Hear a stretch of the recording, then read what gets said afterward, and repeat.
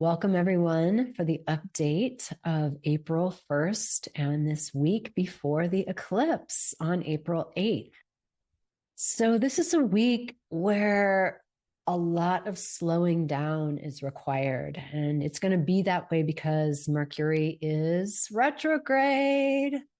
And that's good because all the healing energies that want to come through to heal some deep wounds of the past need time. They need the slowness of your attention. That's really where the time piece is. We are going fast. And if you think about it, we're poised to take a quantum leap in consciousness through this eclipse because of all the energies that are happening. And I'll share more about that. But they're really requiring us to slow down and to be quiet. And you can tell I have been sick, and that's my way of slowing down, pausing, and taking a breath. And we're going to go into some deep consideration of the parts of us that we're really complete with. You can look at, where have I overgiven? Where have I been out of alignment? Where am I really done?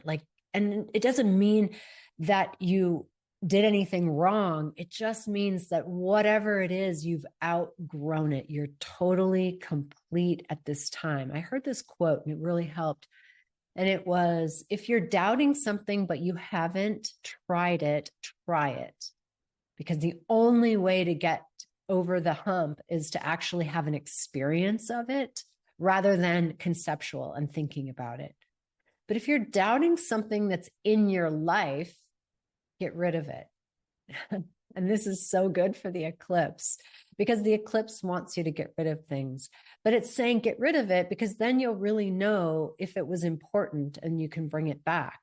And chances are we've really outgrown it. And our tendency as humans is just to hold on to things because they make us feel safe and comfortable, and the universe is known, even when we know that there's something moving us forward. I mean, I just invested in another technology platform for the Evolving Sisters Network, and I have literally been putting this decision off because it's going to mean a whole world of the unknown to me.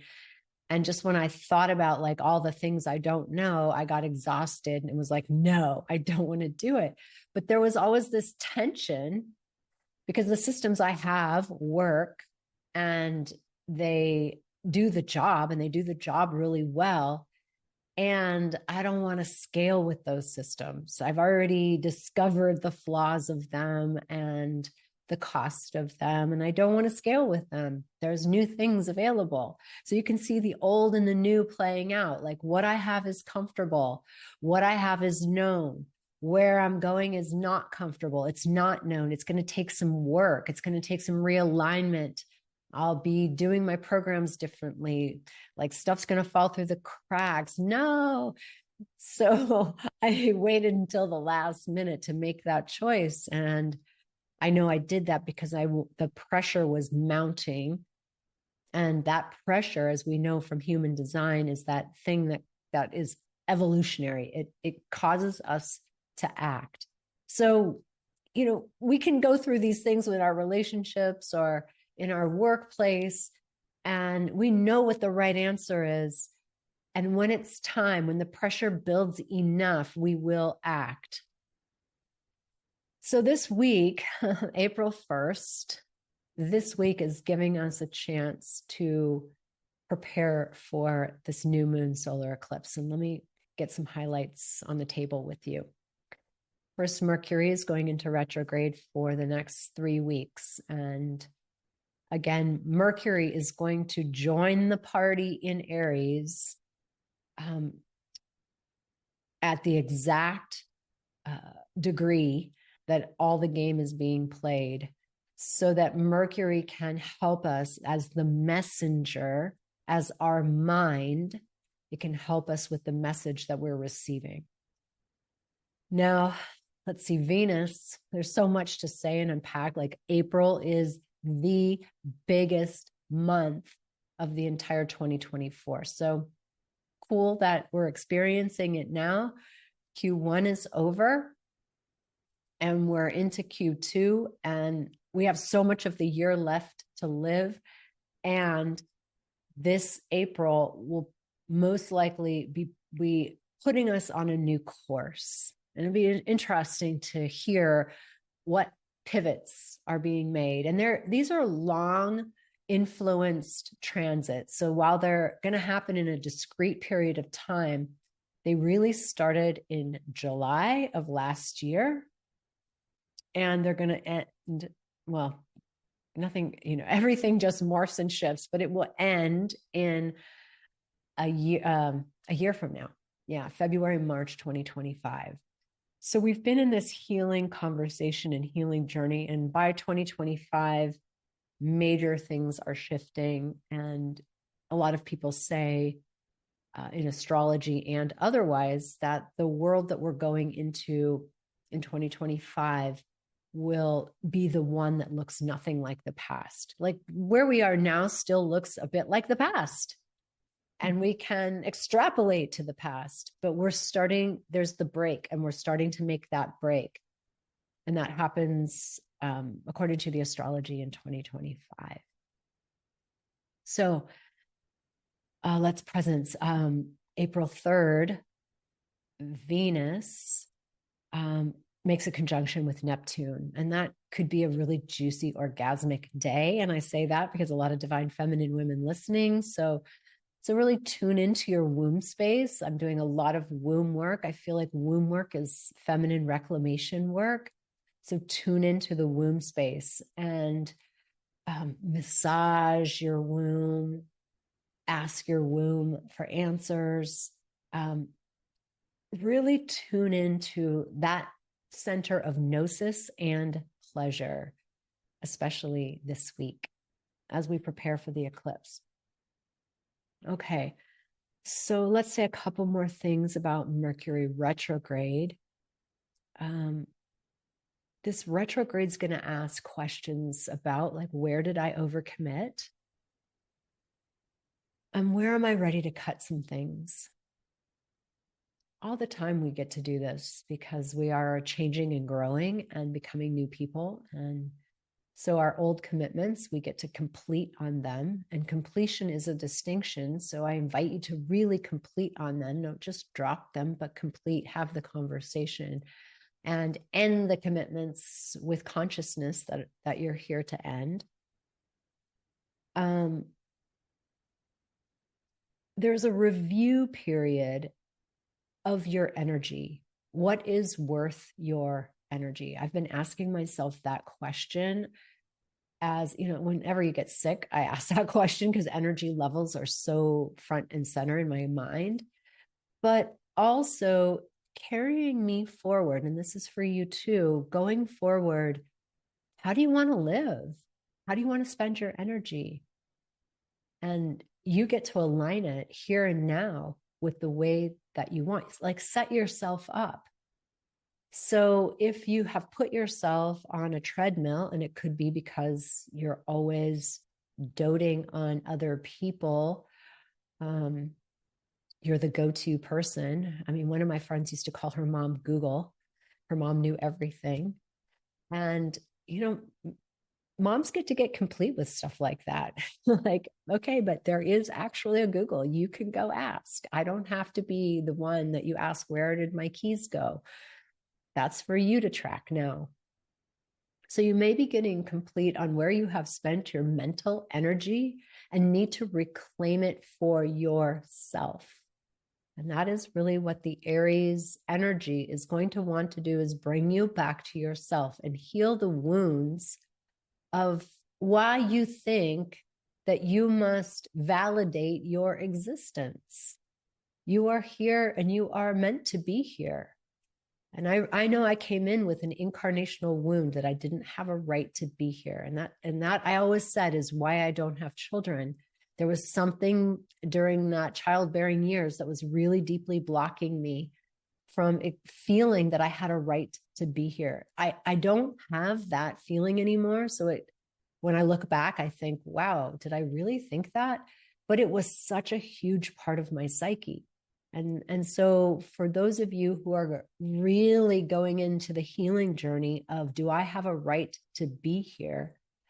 What you're going to notice is all the ways that you have not felt like you had a right to be here, and therefore were proving yourself.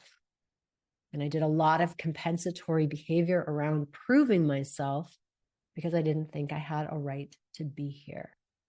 And so having a right to be here requires claiming that you have a right to be here. I can't tell you that. I can only tell myself that. I can only declare it for myself. It's not an intellectual thing. It's not even an emotional thing. It's just that I'm here and I have a right to be here because I'm here, period, case closed. And I claim that as my truth. So Aries is going to bring up these kinds of wounds, and they're juxtaposed against the compensation in the Libra mansion.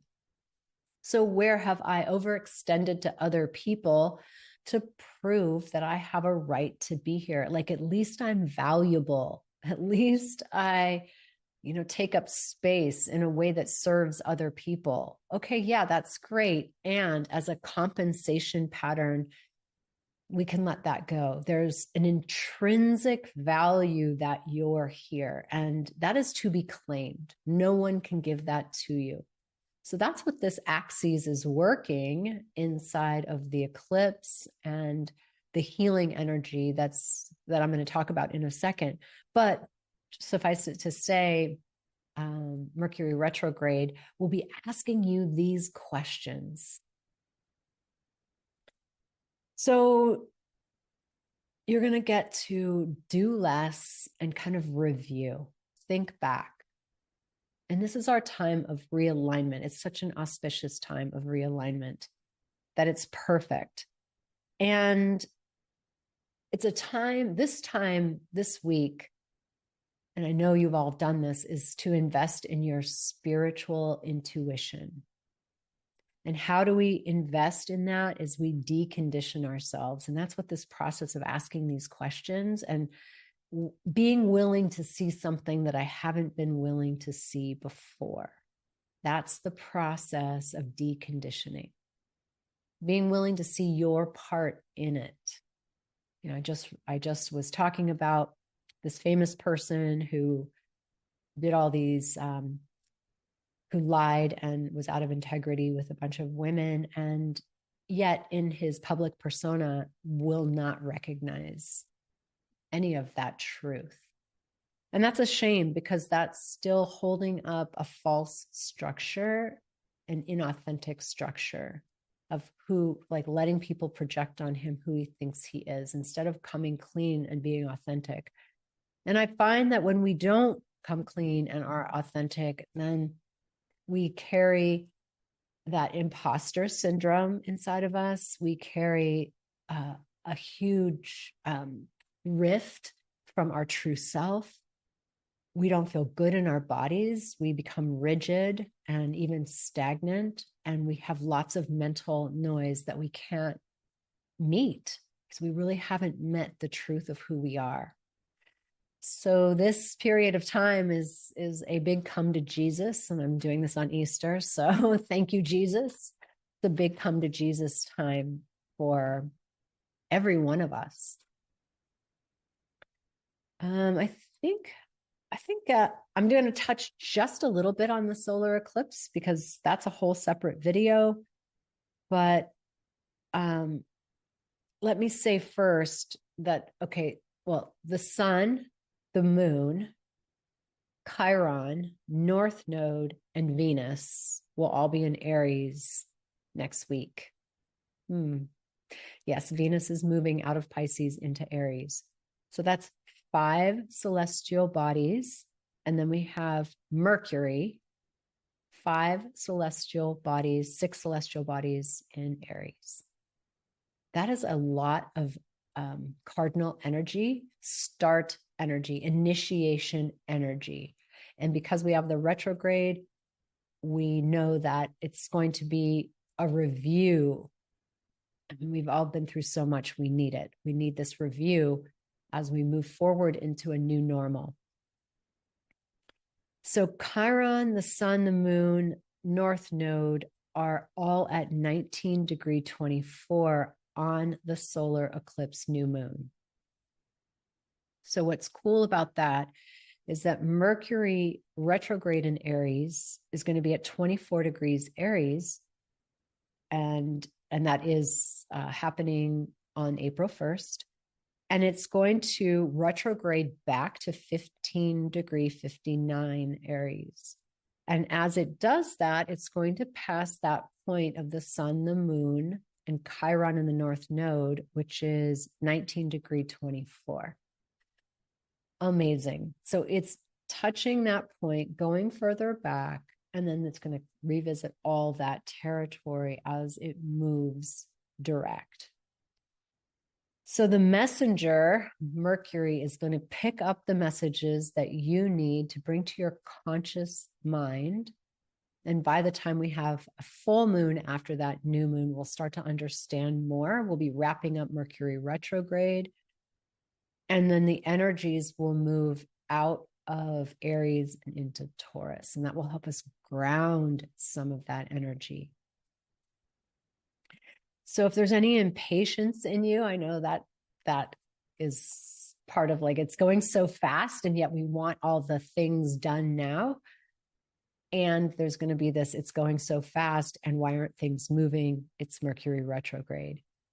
So all of that is teeing up for our healing. And I think there's one more cool thing in the mix, and that's Mars in Pisces. Mars in Pisces will be conjunct Saturn in Pisces, really reprogramming the masculine. That was from Molly McCord, who brought that through in her transmission. And I love that because on the lunar eclipse, full moon in Libra last week, when I had my womb retreat, it was a reprogram of the divine feminine. We can't make this up. We were gathering under the full moon for our womb retreat. And that was when Venus was conjunct Saturn. So we have lots of players in this mix. And why are they here? For our spiritual growth and awakening. And I love that. And I'm going to talk about this on a separate video, but the energy of the eclipse is Gene Key 51, which is the gift of awakening. So all of this is teed up in a beautiful way for our awakening. So suffice it to say that this week is really getting ready and preparing yourself for what is it that I'm now willing to see, the stories I'm no longer willing to tell myself. I'm willing to be responsible for my own experience. And what does that mean in terms of what I get to see and hold with compassion about others and myself? And what am I truly complete with? I think one of the astrologers said that we must be complete with 90% of things and 10% get to move forward. That's quite a incredible spread there. So I'm considering that in my own life as I take a direction in technology that could really shift and transform the way that I do work, the way that my community interacts with me, the way I can automate certain things, and like the people who are going to take care of when it doesn't work. So I'm aligning with myself of how can I make things easier in the places where I don't really have any skill set or I don't really want any skill set, and where can I spend my time in the deepest service of my own dharma, because I have a right to be here and I have a right to share as me. I fully claim that and fully own that. And that's what's possible when you do the work. All right. So I hope April 1st through April 7th are amazingly healing and grounding for you, and that you come home to the womb space. And I will see you next week as we prepare for the most auspicious event of the new moon solar eclipse in Aries. Bye for now.